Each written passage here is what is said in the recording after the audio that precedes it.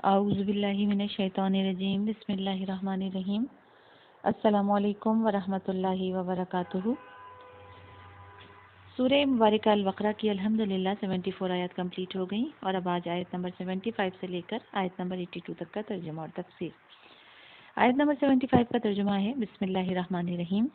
کیا تم یہ توقع رکھتے ہو کہ وہ تم پر یعنی تمہارے آئین کے احکامات پر ایمان لے آئیں گے، حالانکہ ان میں سے ایک گروہ کلام خدا کو سنتا تھا اور سمجھنے کے بعد اس میں تحریف کر دیتا تھا، جبکہ وہ لوگ علم اور اطلاع بھی رکھتے تھے۔ آیت نمبر 76، جب مومنین سے ملتے ہیں تو کہتے ہیں کہ ہم ایمان لے آئے ہیں، اور جب ایک دوسرے سے خلوت کرتے ہیں تو ان میں سے بعض دوسروں پر اعتراض کرتے ہیں اور کہتے ہیں کہ تم ان مطالب کو مسلمانوں کے سامنے کیوں دہراتے ہو جو خدا نے رسول اللہ کی صفات کے بارے میں تم سے بیان کیے ہیں، کہ کہیں قیامت کے دن بارگاہ الہی میں تمہارے خلاف وہ ان سے استدلال کریں۔ کیا تم سمجھتے نہیں ہو؟ آیت نمبر 77، کیا تم نہیں جانتے کہ خدا ان کے اندرونی اور بیرونی اسرار سے واقف ہے؟ بے شک۔ اب ان تینوں آیات میں سے آخری کی دو آیتیں یعنی آیت نمبر 76 اور 77 کے بارے میں جو شان نزول بیان کی گئی ہے وہ امام محمد باقر علیہ السلام سے اس طرح بیان کی گئی ہے کہ یہودیوں کے ایک گروہ کے لوگ جو حقیقت کے دشمن نہیں تھے، جب مسلمانوں سے ملاقات کرتے تھے تو جو توریت میں پیغمبر اکرم کی صفات کے متعلق آیا تھا انہیں سنا دیتے تھے۔ تو یہودیوں کے بڑے لوگ جب اس بات سے آگاہ ہوئے اور انہیں منع کیا اور کہا کہ محمد کی وہ صفات کہ جو توریت میں آئی ہیں تم انہیں ان کے سامنے بیان نہ کرو کہ کہیں خدا کے سامنے ان کے پاس تمہارے خلاف کوئی دلیل نہ بن جائے۔ اس پر یہ آیات نازل ہوئی اور انہیں جواب دیا گیا کہ خدا ان کے اندرونی اور بیرونی اسرار سے واقف ہے۔ تو ان آیات میں پروردگار عالم بنی اسرائیل کا واقعہ چھوڑ کر مسلمانوں سے خطاب کر رہا ہے اور ایک سبق آموز نتیجہ پیش کر رہا ہے۔ قرآن کہتا ہے تم کس طریقے سے یہ توقع رکھتے ہو کہ یہ قوم تم پر یعنی تمہارے دین کے احکامات کے اوپر ایمان لے آئے گی،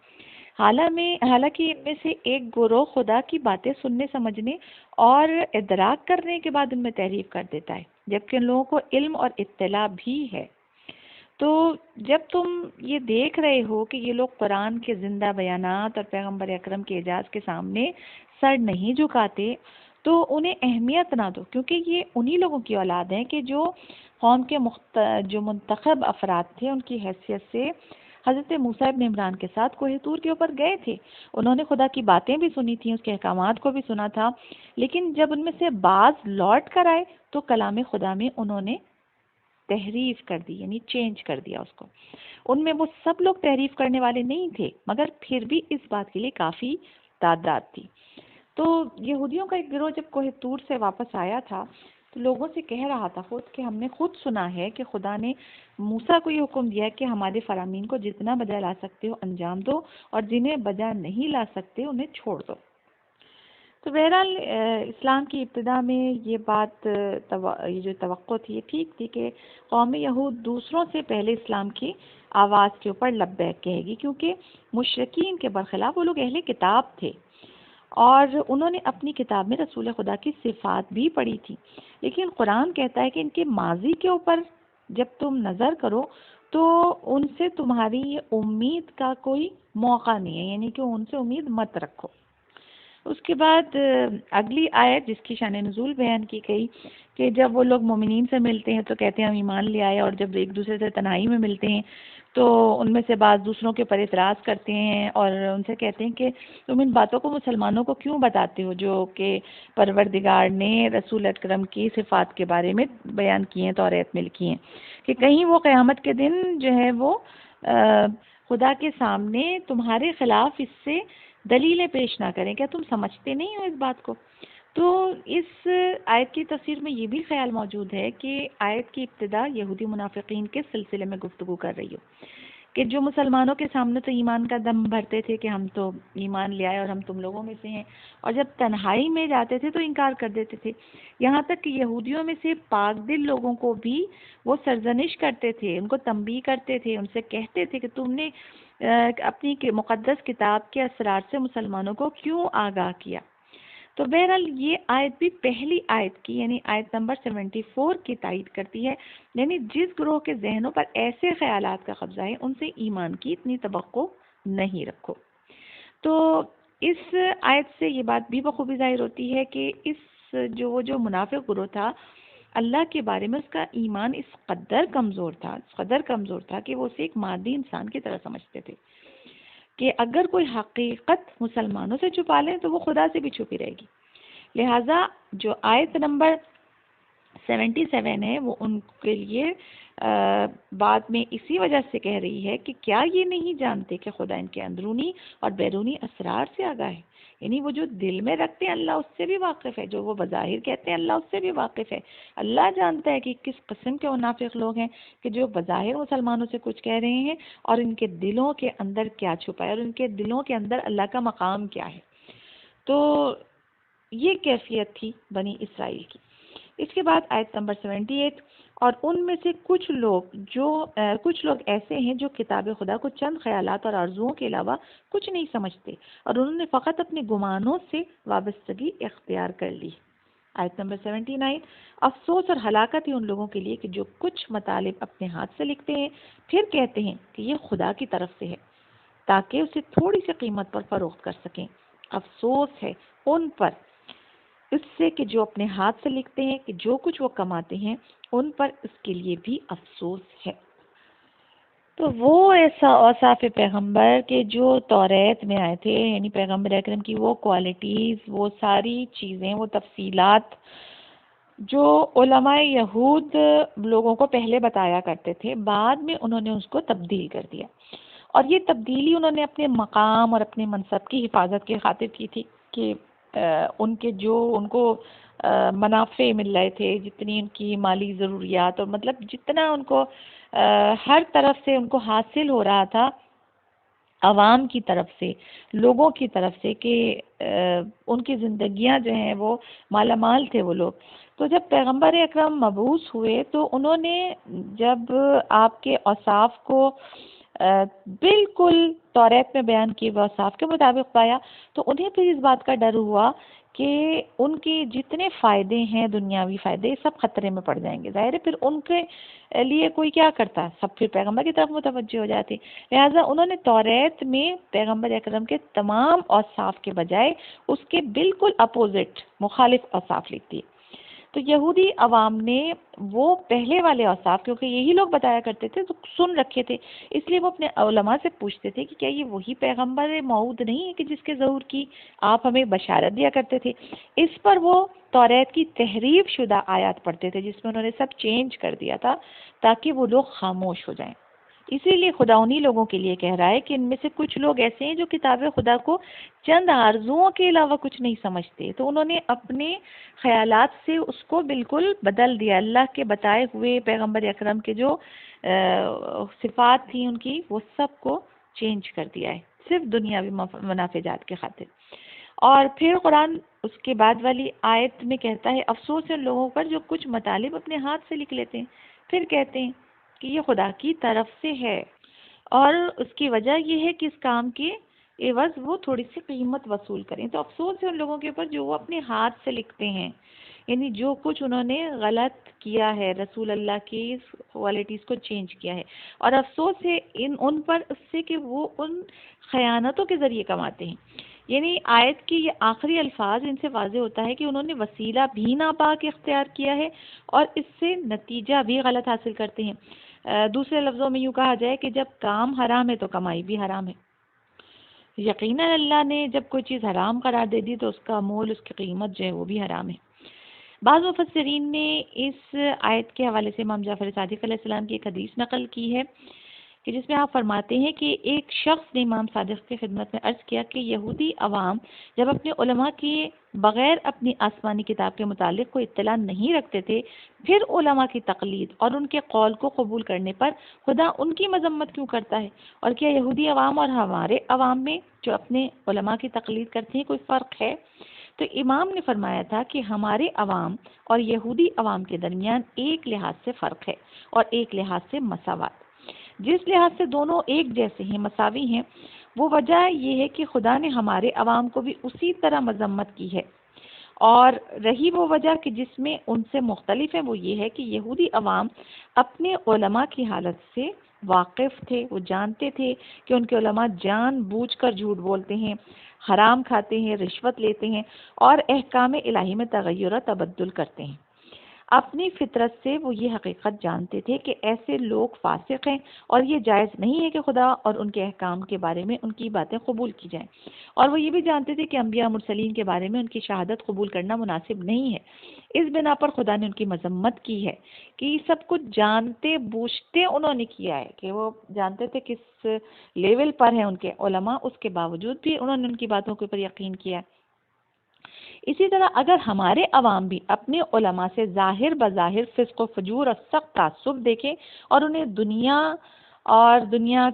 کے مال کے اوپر حریص لالچی ہوتا ہوا دیکھیں، پھر بھی جو شخص ان کی پیروی کرے وہ یہودیوں کی طرح ہے۔ خداوند عالم نے فاسق علماء کی پیروی کی وجہ سے ان کی مذمت کی ہے۔ باقی رہے وہ علماء اور فقہا جو اپنی روح کی پاکیزگی کی حفاظت کریں، اپنے دین کی نگہداری کریں، ہوا و ہوس کی مخالف ہوں اور اپنے مولا و آقا کے فرمان کے مطیع ہوں، عوام کو چاہیے کہ ان کی تقلید کریں۔ یعنی امام کی یہ حدیث بالکل واضح کر رہی ہے ہمارے سامنے اس بات کو کہ کہیں بھی اندھی تقلید کی طرف اشارہ نہیں ہے۔ یعنی یہ حدیث اندھی تقلید کی طرف اشارہ نہیں کر رہی بلکہ اس کی ممانعت کر رہی ہے، اور اس کا مقصد یہ ہے کہ عوام جو ہیں علماء کی رہنمائی میں علم اور یقین کو حاصل کریں، اس کی پیروی کریں اور یہ دیکھیں کہ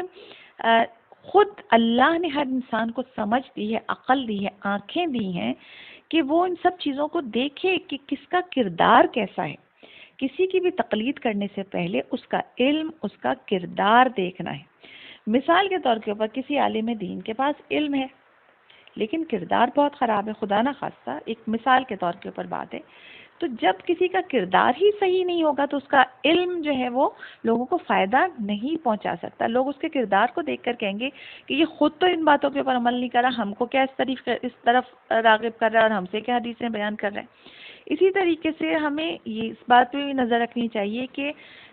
ایسے علماء کے جو اپنے علم کو بیچ رہے ہوں، یعنی کہ جن کی لالچ اس حد تک، ایک تو ہے کہ جو ان کا حق ہے ان کو چلو مل رہا ہے کہ ان کو اپنی زندگی گزارنی ہے، اپنے اخراجات کو پورا کرنا ہے، لیکن ایک یہ کہ ڈیمانڈ اتنی زیادہ ہو کہ ان کی لالچ کا اظہار ہو رہا ہو کہ وہ اس سے کم قیمت کے اوپر جو ہے وہ لوگوں کو ہدایت کے راستے کی طرف راغب نہیں کریں گے، اللہ کے احکامات کو نہیں پہنچائیں گے، تو ایسے لوگوں کی بالکل بھی انسان تقلید نہ کرے، ان کی پیروی نہ کرے، ان کی حوصلہ افزائی نہیں کرنی چاہیے، ایسے لوگوں کی حوصلہ شکنی کرنی چاہیے تاکہ وہ اپنے ایسے عملوں سے اور ایسے حرکتوں سے باز رہیں۔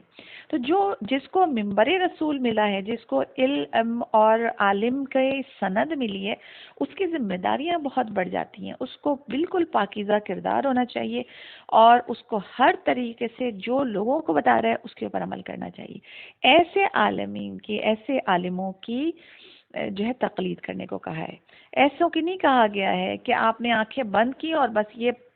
جانتا ہے، یہ پڑھا لکھا ہے، یہ اچھی تقریر کر رہا ہے تو خود جتنا بھی بد کردار ہے ہم اس کی بات سن کر ہم اس کی جو ہے پیروی کرنے لگے اور ہم اس کو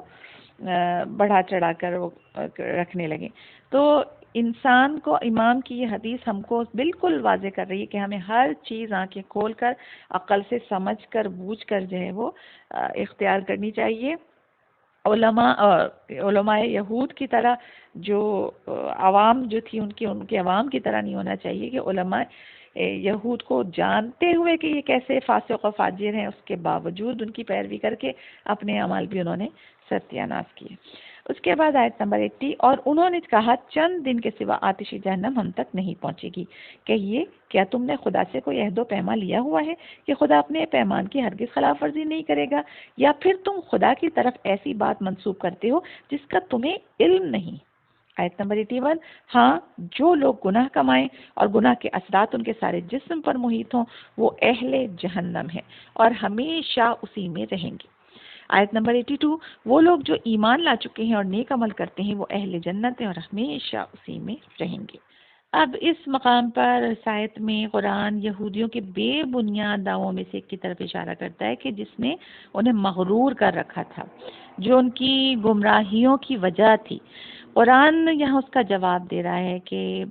پہلے فرماتا ہے، وہ کہتے ہیں جہنم کی آگ ہمیں چند روز کے علاوہ چھوئے گی بھی نہیں. تو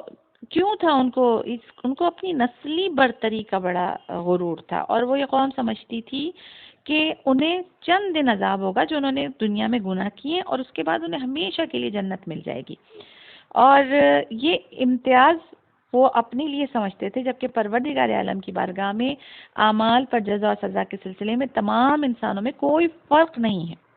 تو یہودیوں نے کون سا کارنامہ انجام دیا تھا کہ جس کی بنا پر ان کے لیے جزا و سزا کے سارے قانون میں جو ہے وہ تبدیلی کر دی جائے؟ تو یہ آیت اس غلط خیال کو باطل قرار دیتی ہے. فرمایا گیا ہے تمہاری یہ گفتگو دو صورتوں میں سے ایک کی مظہر ہے، یا تو اس سلسلے میں خدا کی طرف سے کوئی خاص عہد اور پیما ہوا ہو تم سے، کوئی وعدہ کیا اللہ نے خاص تم سے، اور جبکہ ایسا کوئی اللہ نے تم سے وعدہ نہیں کیا، تمہارا اللہ کے ساتھ کوئی عہد و پیما نہیں ہوا، تو پھر تم جھوٹ بولتے ہو اور غلط تہمت لگاتے ہو، خدا پر تہمت لگاتے ہو. تو اس آیت سے یہ بات بھی ظاہر ہوتی ہے کہ نسل پرستی کی روح کے جو آج کل بھی دنیا میں بہت ساری بدبختیوں کی وجہ ہے، اس زمانے میں یہودیوں میں موجود تھی، اور وہ اپنے لیے بہت سے خیالی امتیازات کے قائل تھے کہ ہمیں بہت سارے فخر حاصل ہیں. تو بہت افسوس کی بات ہے آج کل جب ہم یہ چیز دیکھتے ہیں تو یہ بات ذہن میں آتی ہے کہ کئی ہزار سال گزرنے کے باوجود بھی ابھی تک یہ نفسیاتی بیماری جو ہے وہ ان لوگوں میں موجود ہے، اور آج بھی جو اسرائیلی حکومت ہے غاصب، وہ اس کی حرکتوں کا سبب بھی یہی نسل پرستی ہے. یہودی نہ صرف یہ کہ دنیا میں اپنی برتری کے قائل ہیں، بلکہ ان کا اعتقاد یہ ہے کہ یہ جو ان کا نسل کا امتیاز ہے، نسلی امتیاز، آخرت میں بھی ان کی مدد کرے گا، اور ان کے گناہ دوسری قوموں کے گناہوں کے برعکس صرف تھوڑی سی مدت کے لیے تھوڑی سی سزا میں ختم ہو جائیں گے. اور انہی غلط خیالات کی بنا کے اوپر وہ اتنی زیادہ گناہوں میں اور اس قدر غلط حرکات میں اور سیاکاریوں میں جو ہے وہ مصروف ہیں. بہرحال اگلی آیت جو ہے وہ ایک عمومی اور کلی قانون بتاتی ہے کہ جو ہر لحاظ سے عقل کے اوپر جو ہے انسان کے وہ فٹ آتا ہے، کہ فرمایا گیا ہاں وہ لوگ جو قصب گناہ کریں اور آثار گناہ ان کے سارے وجود کو ڈھانپ لیں وہ اہل دوزخ ہیں اور ہمیشہ اسی میں رہیں گے. یعنی کہ ایک مکمل قانون ہے ہر ایک کے لیے، کسی بھی قوم کے لیے، کسی بھی ملت کے لیے، کسی بھی گروہ کے لیے، کہ گناہ گاروں میں جو گناہ گار ہیں انہیں اس طرح سے سزا ملے گی، وہ دوزخ میں ہمیشہ رہیں گے. اور کسب جو ہے وہ اس کو کمائی کے حوالے سے کہتے ہیں. کیا کسب گناہ؟ غلط کمائی ہے، گناہوں کو کمانا. یہ ایسے لوگوں کی طرف اشارہ ہے کہ جو اپنے ارادے اور اختیار سے علم کے باوجود گناہوں کے مرتکب ہوتے ہیں. اور کسب شاید اسی وجہ سے لفظ استعمال کیا گیا کمانے کا، کہ سرسری نظر میں گناہ گار کو اپنے نفع میں اور اس کے ترک کرنے کو، اس گناہ کو چھوڑنے میں اپنا نقصان سمجھ میں آتا ہے،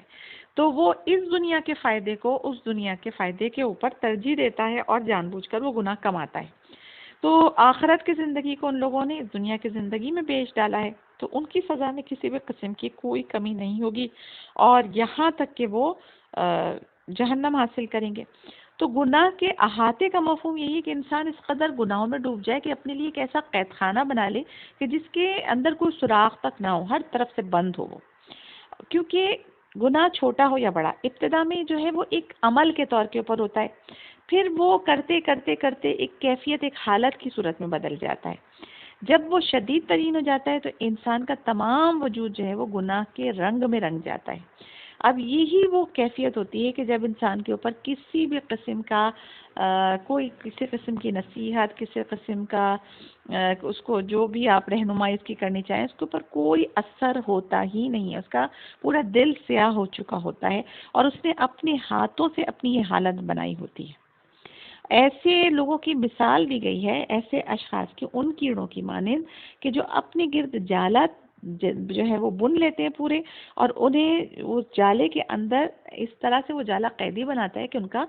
گلا گھونٹ دیتا ہے. تو ایسے لوگوں کے لیے بالکل واضح طور پہ قرآن نے کہہ دیا کہ ایسے لوگوں کا انجام ہمیشہ جہنم میں رہنے کے علاوہ کچھ نہیں ہو سکتا۔ اور پھر اگلی آیت جو ہے وہ پرہیزگار مومنین کے لیے بھی ایک کلی مکمل قانون بتا رہی ہے جو سب کے لیے یکساں ہے۔ ارشاد ہوتا ہے کہ جو لوگ ایمان لے آئے اور انہوں نے عمل صالح انجام دیے وہ اہل بہشت ہیں اور ہمیشہ وہیں رہیں گے۔ یعنی ایسے ایمان والے جنہوں نے دل سے، کیونکہ ایمان اور اسلام میں بھی فرق ہے، صرف اسلام نہیں لائے بلکہ ایمان لے آئے،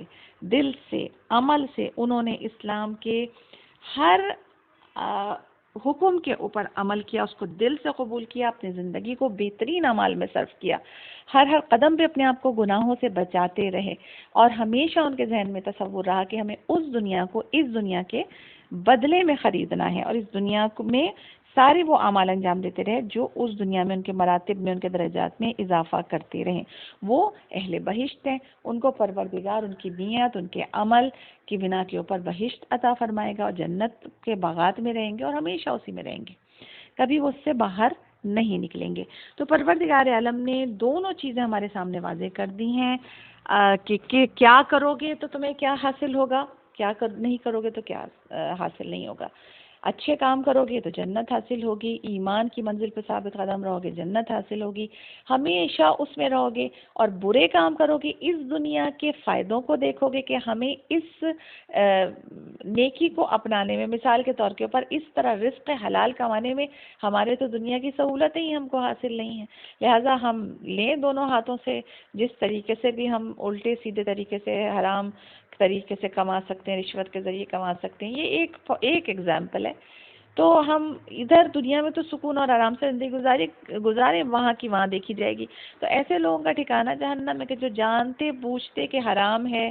غلط ہے، علم رکھتے ہیں اس بات کا، اس کے باوجود اپنے لیے عذاب آخرت کو خرید رہے ہیں، تو ان کو پھر عذاب آخرت ہی ملے گا۔ تو پروردگار عالم سے ہماری دعا ہے کہ وہ ہمیں توفیق دے کہ ہم اپنے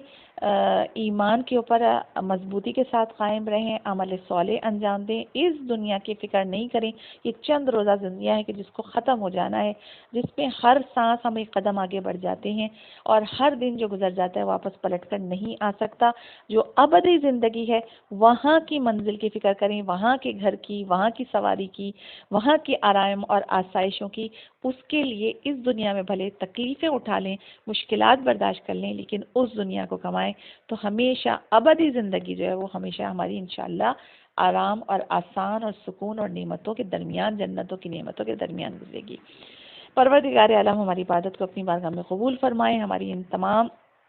اعمال کو انجام دینے میں ہماری مدد کرے، ہمارے ایمان کو پختہ اور مضبوط کرے۔ ربنا تقبل منا انک انت السمیع العلیم برحمتک یا ارحم الراحمین۔